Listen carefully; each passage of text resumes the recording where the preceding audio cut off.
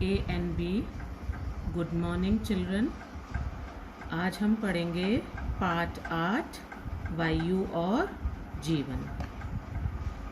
वायु को प्राण वायु भी कह सकते हैं क्योंकि वायु ही जीवन है।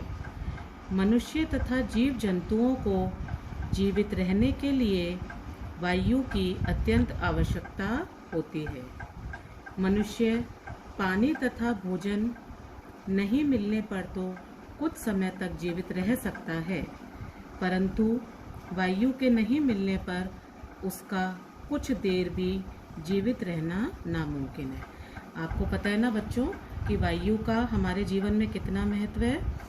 वायु को हम प्राण वायु भी कह सकते हैं क्योंकि अगर हम कुछ दिन खाना नहीं खाएंगे या पानी नहीं पिएंगे तो भी हम जीवित रह सकते हैं, लेकिन अगर हमको 1 मिनट भी सांस नहीं मिले तो क्या हम जीवित रह सकते हैं? हम जीवित नहीं रह सकते हैं। सभी प्राणियों को जीवित रहने के लिए सांस लेते हैं, तो अगर हम जीवित रहना चाहते हैं तो हमको सांस लेना जरूरी है। और ये जो प्राण वायु है ये हमारे जीवन के लिए अत्यंत आवश्यक है। ये क्रिया दिन रात निरंतर चलती रहती है। जो हमारी सांस लेने की प्रक्रिया है ये दिन रात बिना रुके चलती रहती है, और इसके अभाव में अगर हमको वायु नहीं मिलेगी तो हम जीवित नहीं रह पाएंगे और हमारी मृत्यु हो जाएगी।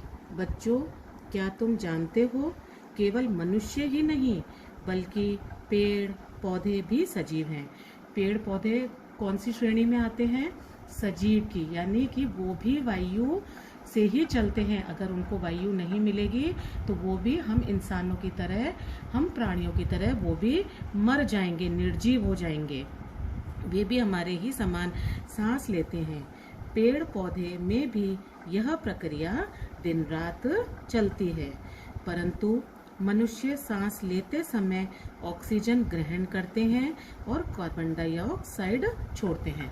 हम सबको पता है ना कि जब हम सांस लेते हैं तो हम अपने अंदर कौन सी क्या लेते हैं? हम ऑक्सीजन अपने अंदर लेते हैं और कार्बन डाइऑक्साइड को हम छोड़ते हैं। ये एक तरह की गैस होती है जो कार्बन डाइऑक्साइड अच्छी नहीं होती है। इसके विपरीत पेड़ पौधे कार्बन डाइऑक्साइड ग्रहण करते हैं, और जो पेड़ पौधे हैं वो हमको शुद्ध वायु यानी ऑक्सीजन हमें देते हैं, और खुद कौन सी ग्रहण करते हैं? खुद वो कार्बन डाइऑक्साइड ग्रहण करते हैं और ऑक्सीजन छोड़ते हैं। ये कार्बन डाइऑक्साइड जड़ द्वारा शोषित जल के साथ मिलकर एक विशेष प्रकार की क्रिया करती है। इससे पौधों का भोजन तैयार होता है।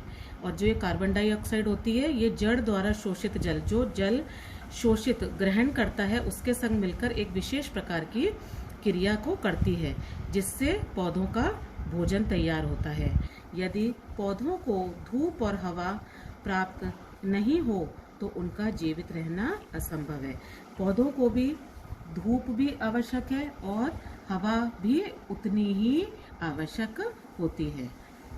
अब आपने यह तो जान लिया कि मनुष्य भी सांस लेते हैं और पेड़ पौधे भी, परंतु यह ज्ञान भी अनिवार्य है कि मनुष्य को स्वस्थ रहने के लिए शुद्ध वायु की आवश्यकता होती है।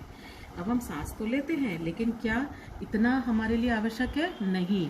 हमको अगर सांस लेना है तो हमको कैसी सांस या कैसी ऑक्सीजन की जरूरत है? हमें शुद्ध वायु की हमको आवश्यकता होती है। और शुद्ध वायु में विभिन्न गैसों को संतुलित करना, निश्चित मात्रा पाई जाती है। संतुलित मतलब एक बैलेंस गैसें होनी जरूरी है। ये रक्त की सफाई करती हैं, सभी अंगों को क्रियाशील बनाती हैं। शुद्ध वायु जब हमको प्योर वायु हमको अपनी बॉडी में मिलेगी तो वो हमारे अंदर जो बॉडी में ब्लड होता है, रक्त होता है, वो उसकी भी सफाई करती है और हमारे शरीर में जितने भी अंग होते हैं उनको क्रियाशील बनाती है।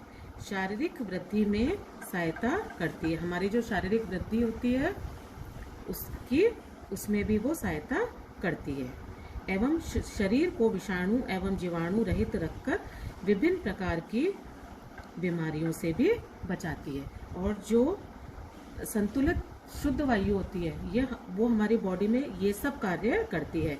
अंगों को क्रियाशील बनाती है, शारीरिक वृद्धि में सहायता करती है, और हमारे शरीर में जो विषाणु हैं, जो गंदी गैसें हैं, जो गंदे कण हैं या जो गंदे विषाणु हैं, वो सब उनको वो स्वच्छ करके हम उन बीमारियों से हमारे शरीर को बचाती है।